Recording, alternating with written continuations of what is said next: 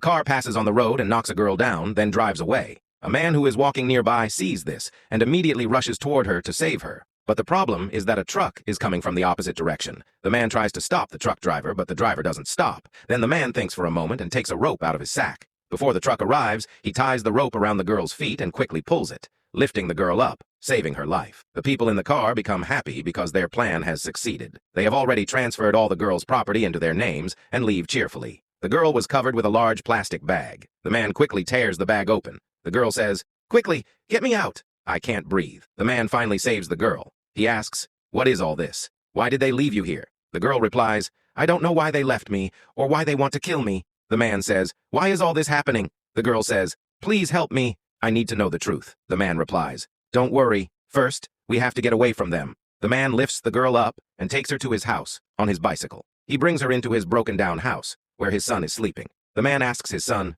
"Are you okay?" The boy replies, "My chest hurts." The man takes some medicine and gives it to his son. The boy asks, "Who is this girl?" The girl replies, "I am your papa's friend." The boy asks, "Is she going to be my mom?" The man says, "Don't say that. She has a very serious illness that requires an operation, and I can't afford the cost. I don't have the money." The girl says, "Don't worry. From today your destiny will change. But first help me, so that we can find those people." The man says, "Trust me." The next day, the girl goes to the house of the people who tried to kill her. She goes into the woman's bedroom. As soon as the woman sees her, she becomes terrified and starts screaming loudly. But the girl escapes. The woman's husband arrives and asks, "What happened? Why are you screaming?" The woman says, "I saw that girl, the one we killed. Believe me, it was her." When the man goes to the washroom, he looks in the mirror and sees the same girl there. He gets scared and runs back to his wife. Their plan begins to fall apart. On the other side, the poor man's son has been taken to the hospital. The man cries and says, "Please save my son." The doctor says, "If it were up to me, I would operate. But the hospital rules don't allow it unless payment is made. I'll have to transfer the child."